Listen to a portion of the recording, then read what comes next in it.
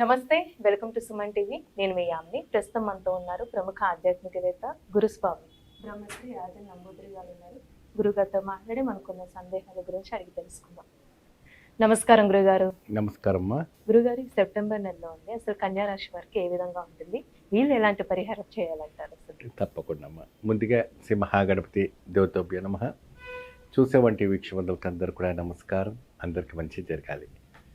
కన్యా రాశి వారికి చాలా అద్భుతమైనటువంటి ఒక వైబ్రేషన్స్ రాబోతుంది. ఎప్పుడెప్పుడా అని ఎదురు చూసేవంటి వాళ్ళకి వివాహం కలగటం, సంతానం కలగటం, వాళ్ళకి శుభయోగం కలగటం. ఏమండి, ఎందుకంటే వాళ్ళకి గురువు అనేది ఉచ్చస్థానంలో ఉంటున్నారు. గురువు ఉచ్చస్థానం ఉండడం వల్ల అన్ని శుభమే జరుగుతాయి. ఎటువంటి శుభం జరుగుతుందంటే ఊహించలేనివంటి ప్రమోషన్స్ రావటం, ఊహించలేనివంటి ఒక మంచి మార్పిడి రావటం, ఉద్యోగం దొరకటం. ఏమండి, అటువంటి ఒక పరిస్థితుల్లో కన్యారాశి వాళ్ళకి జరుగుతుంటాయి. కాకపోతే ఏంటి అంటే ఒత్తిడి బాగుంటుంది, ప్రెషర్స్ బాగుంటాయి. అన్నీ స్వయంగా వాళ్ళు చేసుకోవడం జరుగుతుంది, స్వయంగా చూసుకోవడం జరుగుతుంది. ప్రతిదీ తానుగా నిలబడి చేసుకోవాల్సి వస్తుంది. వాళ్ళ ఓన్ టాలెంట్తో ముందుకెళ్తుంటారు. అటువంటి సమయంలో కొన్ని ఇబ్బందులు ఎదురవుతాయి, కొన్ని ప్రెషర్స్ ఇబ్బంది అవుతాయి, కొన్ని ఆర్థికమైన వంటి ఇబ్బందులు ఎదురవుతాయి. ఫైనాన్స్ కొద్దిగా టైంకు అందదు. ఫైనాన్స్ కూడా కొన్ని టైంకి అందకుండా కొన్ని ఇబ్బందులు మార్పు అలా ఇలా అవుతూ ఉంటున్న సమయంలో ఏమవుతుందంటే వాళ్ళకి కొద్దిగా డిస్టర్బ్ అవుతుంది. మనకి ఈ యొక్క ప్రోగ్రామ్ అవుతుందా, ఈ యొక్క కార్యక్రమం అవుతుందా, ఇలాంటి జరుగుతుందా అని ఒక మానసిక ఒత్తిడిలో వెళ్ళిపోతుంటారు.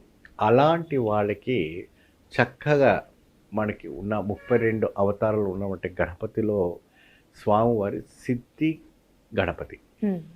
సిద్ధి గణపతి అంటే ఏ కార్యక్రమైనా మనం సిద్ధించుకోవచ్చు. అంటే స్వామివారి యొక్క పత్నితో అంటే వైఫ్తో ఉండేవంటి సిద్ధి బుద్ధి ఇద్దరు వైఫ్స్ ఉంటారు. దాంట్లో మొదటి అయినవంటి సిద్ధిలో ఏంటంటే చాలా వరకు కూడాను మీకు ఒక రైట్ సైడ్లో కనపడుతుంటా ఆ వినాయకుడు పటం కూడా మన చిత్రపటాలు దొరుకుతూ ఉంటాయి. వారి ఇరుకుని కూడా మీరు ఇంట్లో పెట్టుకొని, కన్యారాశి వాళ్ళు మాత్రం స్త్రీలైనా పురుషులని ఎవరైనా కూడా ఇంట్లో పెట్టుకుని ఆ స్వామివారికి చక్కగా పుష్పాలతో, ఎటువంటి పుష్పాలు అంటే గన్నేరు పువ్వులు ఉంటాయి కదమ్మా, గన్నేరు పువ్వులతోని స్వామివారిని పూజించబడాలి. ఆ గన్నేరు పువ్వుతో పూజించుకొని చక్కగా స్వామివారికి మట్టి ప్రమిదల్లో 3 రకాలైనటువంటి నూనె పోసి దీపారాధన చేయాలి. 3 రకాలు వేప నూనె, బిప్ప నూనె, కొబ్బరి నూనె.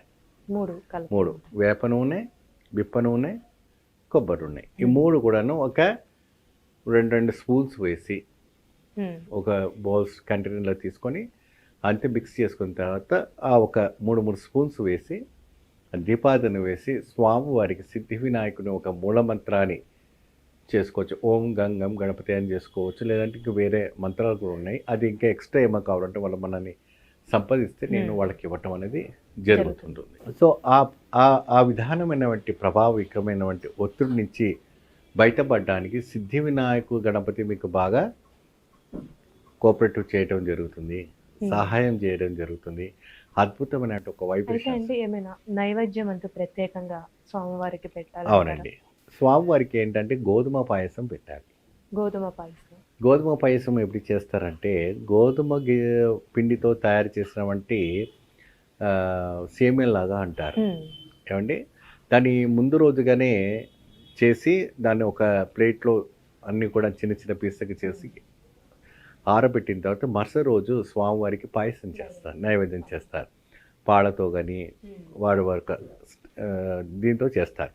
చేసి నివేదన పెడితే చాలా అద్భుతమైనటువంటి ఒక కీర్తి ప్రతిష్టలు పెరుగుతాయి. వాళ్ళకి మంచి యోగదాయకం కనబడుతుంది. అనేక రకమైనటువంటి కూడా సమస్య నుంచి మీరు బయటపడడానికి ఆస్కారం ఉంటుంది. మంచి ఫలితం లభిస్తుంది. చాలా చక్కగా తెలియజేశారు గురుగారు. ధన్యవాదాలు. నమస్కారం. సుమన్ టీవీలో మీ పర్సనల్ అండ్ బిజినెస్ ప్రమోషన్స్ కోసం కింది నెంబర్కి కాంటాక్ట్ చేయండి.